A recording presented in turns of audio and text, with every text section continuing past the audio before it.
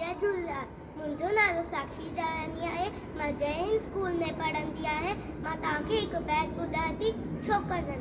छोकर नंढड़ो छोकर नंढड़ो निकितो घर खां तकिड़ो तकिड़ो निकितो घर खां तकिड़ो तकिड़ो हथ संदसि में छटी प्यारी टिक टिक टिक टिक टिक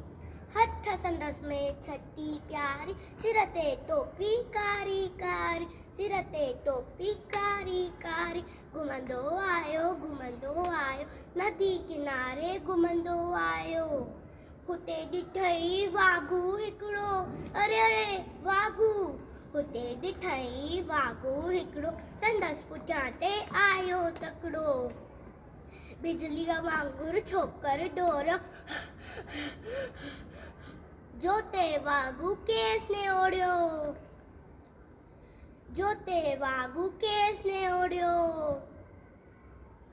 सैकीअ में हुते आयो नींगर शींहं ॾिठई साम्हूं कीअं सैकीअ में हुते आयो नींगर शींहं ॾिठई साम्हूं कीअं शींहं मथसि आयो टपॾई पर छोकर चालाकी कई हिकदमि लेटी पियो धरतीअ ते मथां कयाहीं ओट छटीअ जी हिकदमि लेटी पियो धरतीअ ते मथां कयाहीं ओट छटीअ जी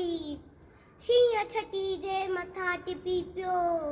उनई वाघूअ जे वात में सो पियो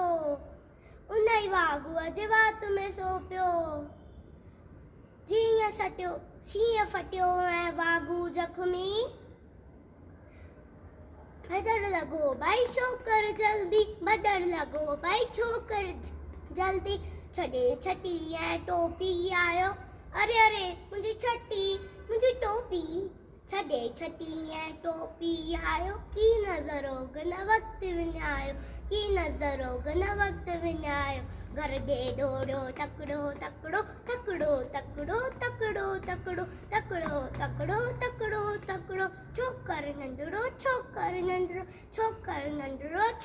नंढड़ो थैंक यू।